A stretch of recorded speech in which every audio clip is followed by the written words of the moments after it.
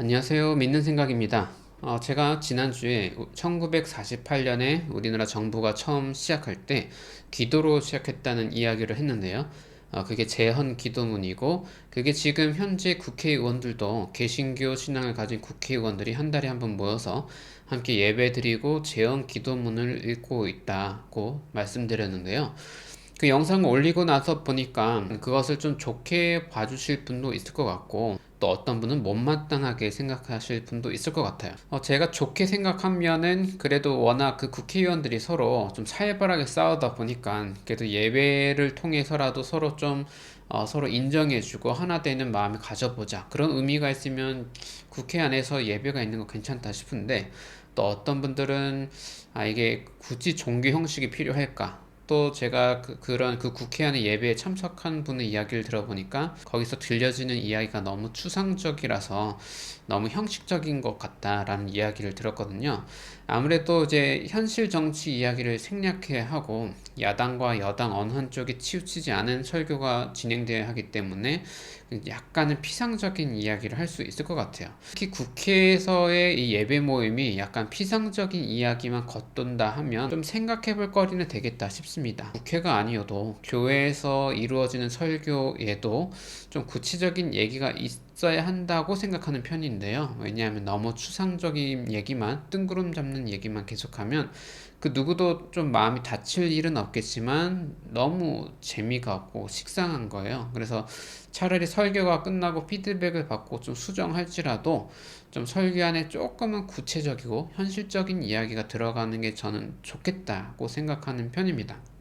자, 그래서 오늘은 좀 관련된 이야기를 해 볼 텐데요. 그 중에 뭐 예배 있으면 좋지, 왜 부정적인 생각을 하냐, 이런 생각을 하실 분도 있을 텐데, 우리나라 정부가 처음 시작할 때, 그 이승만 정부가 처음 시작할 때는 완전히 개신교 주도적인 그런 스타트였거든요.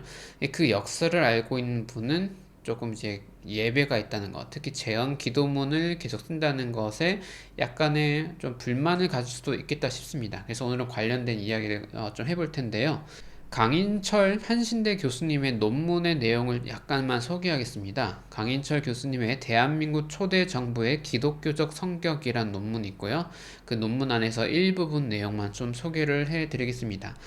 우리가 1945년에 광복을 하고 나서 이 3년간의 엄청난 토론이 있었고, 왜냐하면 남한과 북한이 좀 갈라서게 됐잖아요. 그래서 김구 선생님 같은 분은 북한으로 가서 빨리 같이 화해하고 한반도에 하나의 정부가 들어서야 한다는 입장이었고, 이승만과 같은 리더십의 사람들은 아니다, 이게 지금 이데올로기 논쟁이 심해지고 있기 때문에 남하나 있어라도 민주주의 정부가 시작해야 한다라고 생각했었죠. 절대적으로 누가 옳다 그르다 이렇게 할 게 아니라 각각의 의견들의 맥락들을 살펴보고 장단점을 저는 봐야 한다고 생각합니다.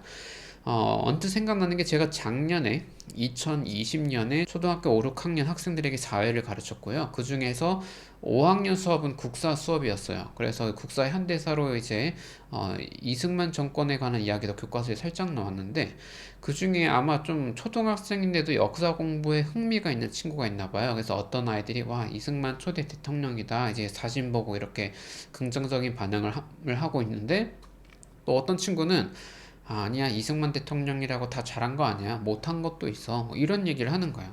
저는 뭐 교사로서 뭐 중립적 입장을 취해야 되니까 뭐 떤 정부가 절대적으로 옳다 그르다 이렇게 말을 하면 안 되겠죠. 하지만 이젠 초등학생 친구인데도 불구하고 한 역사적 인물, 아주 중요한 역사적 인물에 대해서 긍정적 평가와 부정적 평가를 함께 할 수 있다는 그 태도에 대해서 굉장히 높게 평가했었습니다.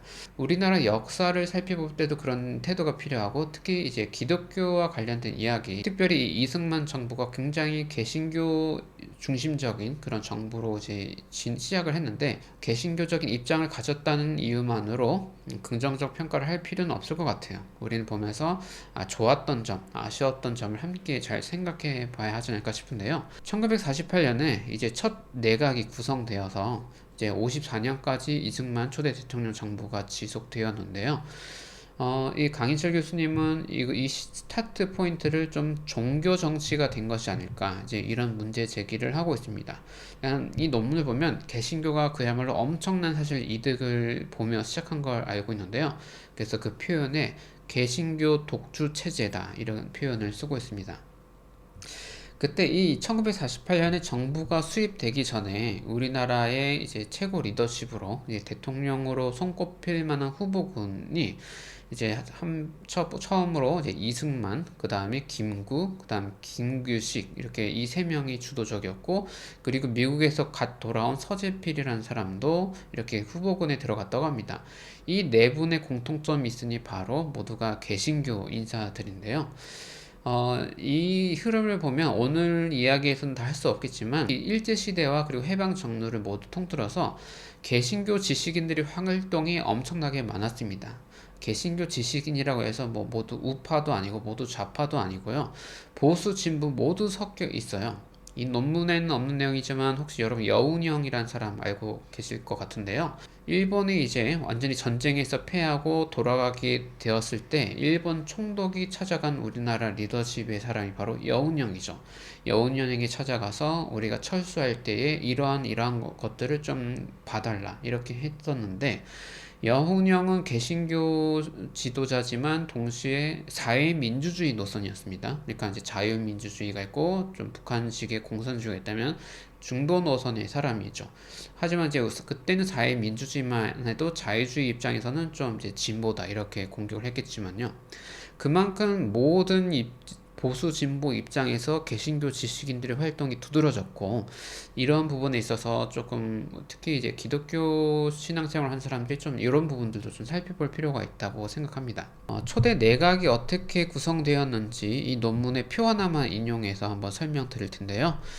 이렇게 21명의 인사 중에 이제 개신교 신앙으로 표시된 분이 이제 9분이 있고요. 그 중에 재밌는 게 이제 목사인 분이 2분이 있고 전도사인 분이 1분 있습니다. 제가 이제 노란색으로 표시를 했는데요. 친개신교적인 성격의 정부다라는 것은 알고 있었는데, 이 논문의 한 명 한 명의 이름들과 활동들을 보면서 이게 그 목사라는 직업 자체로 이제 이 정부 내각으로 시작을 하기도 했다는 것 보니까 참 이제 신기하다는 생각도 들었습니다. 사실 그러고 보면 국회에는 여러 가지 직업을 가진 사람들이 사실 들어갈 만은 한데요. 지금 한 300명 정도 돼 있잖아요. 국회나 정부 인사에 목사로 일하는 사람도 사실 할 수 있지 않을까. 그러니까 목사를 잠시 멈추고서라도 할 수도 있고, 지금 우리 국회에 교사였던 분이 국회의원이 된 게 지금 이번 국회가 처음이거든요. 그러니까 사실 다양한 직업군이 들어갈 필요도 있는데, 물론 이제 초대 정부에서 너무 과하게 개신교가 대표되긴 했죠. 그건 좀 문제라고 생각하는데, 이 표를 보고 저는 약간 놀랬습니다. 재밌는 게 옆에 보면 이 국무총리 이범석이라고 되어 있죠. 이 대정교 이렇게 되어 있는데, 이 이범석이 족청이라고 해서 약간 그 일제시대 때 엘리트 지식인이면서 이제 항일 무력 투쟁을 하는 족청이라는 그룹의 리더였습니다. 그 이범석의 족청의 멤버 안에 장준하라는 사람이 있고, 그 사람도 이제 개신교 지식인이죠. 나중에 이제 사상계라는 잡지를 쓰면서 한국 근대사 안에서의 영향력 있는 지식인으로 살아왔고, 박정희 정권 때도 군부와 맞서며 계속 싸워왔습니다. 근데 이 이범석이라는 사람은 조금 군인 스타일이었어요. 그래서 이제 독일에 가서 이제 나치가 어떻게 그 군대 조직하는지 이런 걸 보면서 이거 좀 배워야 한다. 꼭 이범석뿐만 아니라 이제 군인으로 활동했던 분들 중에 그런 분들이 좀 있었고, 약간 이제 그런 스타일의 분인데, 이 이범석이 국무총리로 된 게 사실은 이 그 이승만 초대 대통령이 원래는 감리교 목사를 국무총리로 원래 세우려고 했었습니다. 이 윤영 목사라는 분을 국무총리로 세우려고 했는데 국회에서 인준 거부가 되어서 이제 이범석이 되었죠. 나중에 이승만 대통령과 이범석 이제 총리가 사이가 안 좋아지면서 또 갈라서게 되었는데요.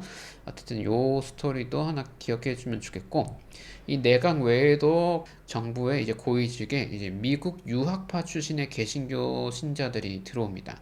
그래서 기성의 개신교 지식인 그룹들은 약간 이제 정부의 내각과 다르게 야당에서 힘을 갖게 되었고, 이제 한민당이죠. 그게 지금 현재 민주당의 전신이라고 할 수도 있을 것 같아요.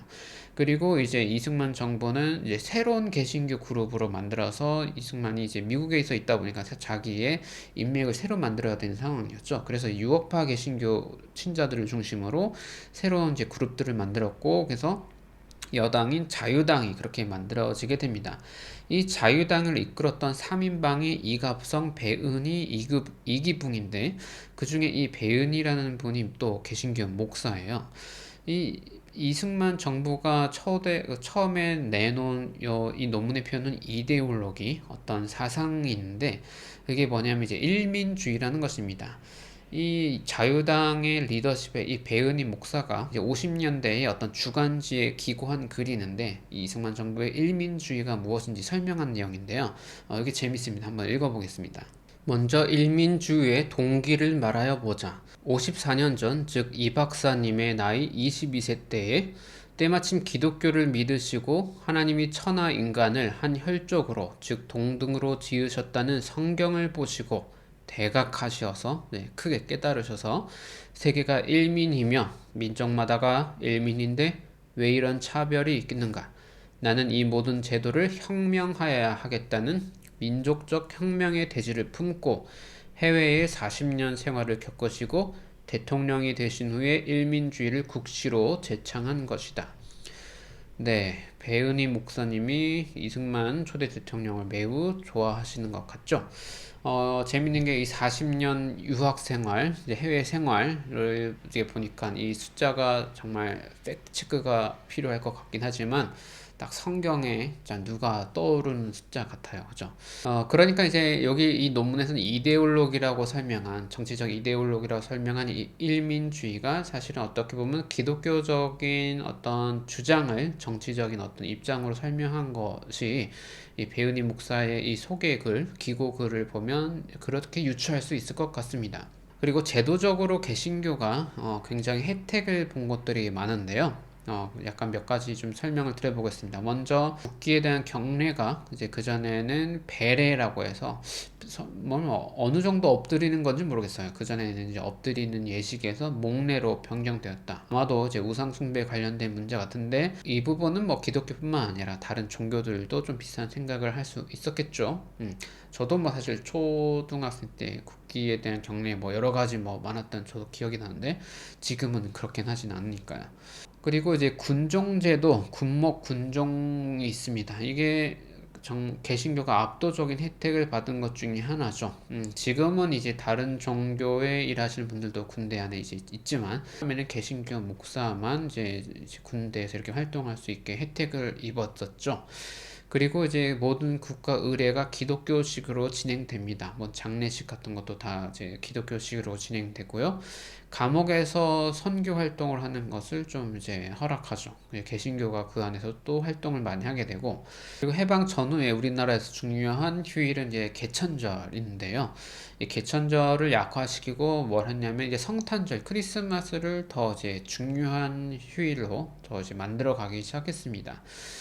그리고 이제 언론 방송에서도 개신교 방송이 이제 많았는데, 1950년대 후반에는 모든 방송 중에서 기독교 방송이 가장 청취율이 높았다고 하네요. 그리고 이제 주일 성수를 국가적 차원에서 좀 이제 보호를 했는데, 뭐 선거라든지 국가 행사 그리고 학교 행사 등이 주일에 이제 지내지 않도록 막아놨다고 합니다. 이건 꼭 일요일에 쉬는 건 사실 기독교인뿐만 아니라 다 필요한 거니까 이해는 되는데, 그리고 이제 적산 처리 과정에서 교회가 엄청난 자금의 혜택을 받는데요. 그러니까 일제 치하에서 일제가 가져갔던, 환수해갔던 모든 땅이랑 이제 재산들, 부동산들이 교회 쪽으로 흘러간 게 많았다는 것이죠. 특히 이제 영락교회 부지가 전에 일제의 그 천리교 부지인데, 이제 영락교회가 그 땅을 다 가져가서 이렇게 교회 활동을 했는데, 참고로 저도 이제 영락교회에서 목사 안수를 받았는데 말이죠. 네, 하여튼 그런 일이 있습니다. 그리고 이제 반민특위라고 해서 반민족 행위 특별조사위원회를 중지를 시켰는데, 이승만 초대 정부가 이게 이제 친일파를 잡는 거를 약간 스톱을 했죠. 근데 개신교도 좀 도움을 받았다고 그래요, 이 논문의 표현으로. 왜냐하면 모든 종교인들 중에서 개신교 목사가 좀 많았습니다. 그러니까 친일을 했던 사람 중에 개신교 목사가 좀 많았던 거죠. 반민특위가 중지가 되면서 개신교 목사가 좀 덜 처벌됐다, 이런 것도 있나 봅니다.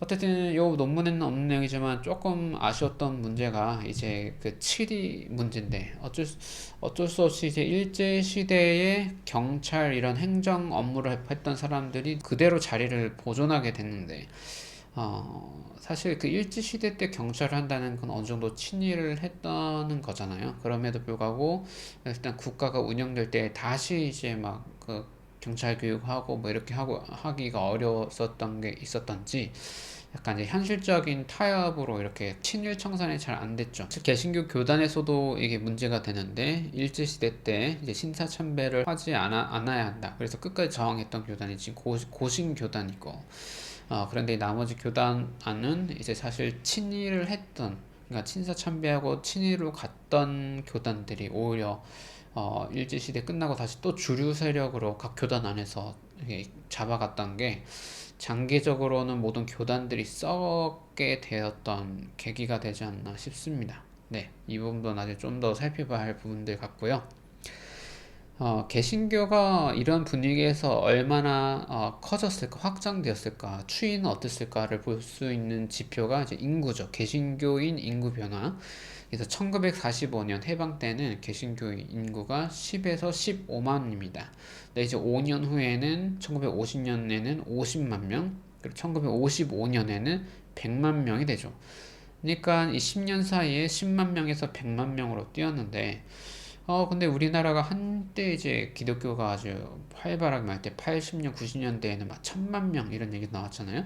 그러니까 다시 말하면 45년에 10만 명으로 시작한 기독교가 10년 만에 100만 명이 되었고, 그리고 한 30년 사이에 100만 명에서 거의 한 800만, 900만 이렇게 뛰었는데, 다 이게 뛴 기간이 군부 독재 기간이죠. 이제 왜 군부 독재 기간에 개신교의 인구 비율이 엄청나게 뛰었을까? 이 부분도 좀 생각해 볼 지점입니다. 이런 부분을 우리가 이제 성찰을 해야만 개신교의 우리가 개신교 안에서 좀 버려야 할 것들, 계승해야 할 것들을 좀 구별할 수 있을 거잖아요. 군부 정권 때 이렇게 개신교가 급증한 나라가 또 우리나라 말고 또 있을까 사실 싶습니다. 자, 어떠신가요? 좋은 면도 있고요. 사실 뭐 주일 성수나 뭐 여러 가지 좋은 면도 있지만, 사실 기독교인인 그리고 목사인 제가 보기에도 조금 민망하리라 만큼 조금 개신교에 좀 특별한 혜택이 있었던 게 사실이죠. 그리고 이제 초대 대통령 이승만 대통령을 제가 처음 말씀드렸듯이 무조건 뭐 좋게만 우상할 필요도 없고 무조건 나쁘게만 볼 필요도 없습니다. 어쨌든 우리나라의 첫 대통령으로서 중요한 역할을 한 것은 사실이고, 하지만 우리가 지금 이 영상에서 말하고 싶은 건, 개신교의 컬러로 일단 시작을 했고, 자신의 이제 정치 인맥을 만들 때 이 개신교라는 울타리가 매우 중요하게 작동했고, 그게 제도적으로도 좀 많이 이제 표현이 됐던 거죠. 여기에 대해서 이렇게 좋았다, 나빴다, 여러 가지 판단을 우리가 지금 다시 또 해봐야 할 것이고요. 정치와 종교의 입장이 어떠해야 할 것인가, 이런 역사적인 정황들을 다시 숙고해 보면서 우리가 새롭게 공부를 해야 될 것 같아요. 여기까지를 살펴보고 나면 우리가 단순하게 지금 국회에서 이제 국회의원들이 한들 한명 모여서 재헌 기도문, 그러니까 그 제가 아까 보여드렸던 요 초대 내각 보면은 재헌 기도문이 요 목사님 중에 이윤영 목사님, 여기 중간 아래 보면 이윤영 개신교 목사라고 하신 분이 이제 그 기도문을 읽고 시작을 하는데, 이 전통을 계승하고 있는데, 뭐 이승만 정부의 아주 개신교 중심적인 이거를 뭐 계승 복원해야 된다 이런 마음으로 재헌 기도문을 읽는 건 아니겠죠. 하나님의 어떤 평화와 사랑의 정신이 우리나라 안에 이제 실현되기를 바란다는 그런 소망으로 저는 기도문을 읽고 있으리라 생각되는데, 하지만 그럼에도 불구하고 약간 개신교 편향적인 스타트였다는 것을 생각한다면 비판할 부분도 충분히 있으리라 생각이 듭니다. 네, 일단 오늘은 여기까지고요. 다음에 또 다른 각도에서 다른 시대의 또 이야기들 또 가져와 보도록 하겠습니다. 감사합니다.